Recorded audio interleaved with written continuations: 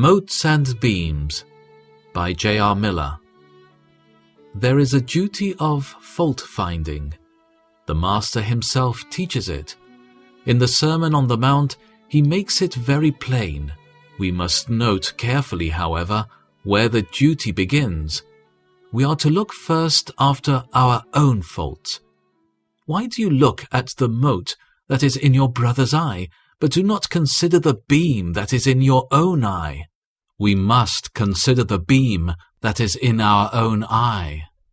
The form of this question suggests that we are naturally inclined to pay more attention to flaws and blemishes in others than in ourselves, and also that a very small fault, a mere mote of fault in another person, may seem larger to us than a blemish many times greater in ourselves. Of course, it is far easier to see other people's faults than our own. Our eyes are set in our head in such a way that we can look at our neighbour better than at ourselves.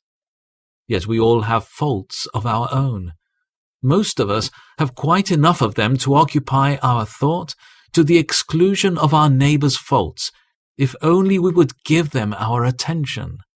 Really, too, our own faults ought to interest us more than our neighbours', because they are our own, and being our own, we are responsible for them.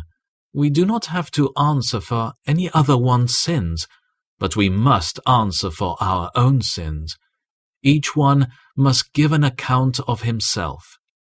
Also, the responsibility for getting rid of them is ours. No faithful friend, no wise teacher can cure our faults for us. If ever they are taken out of our life, it must be by our own faith, our own firm, persistent effort. It is a fact that the faults which we usually see and criticize in others are the very faults which are the most marked in us. In our judgment of others, we show a miniature of ourselves. If this is true, we should be careful in judging others, for in doing so, we are only revealing our own faults. This should lead us also to close scrutiny of our own life, to get rid of the things in us which are not beautiful.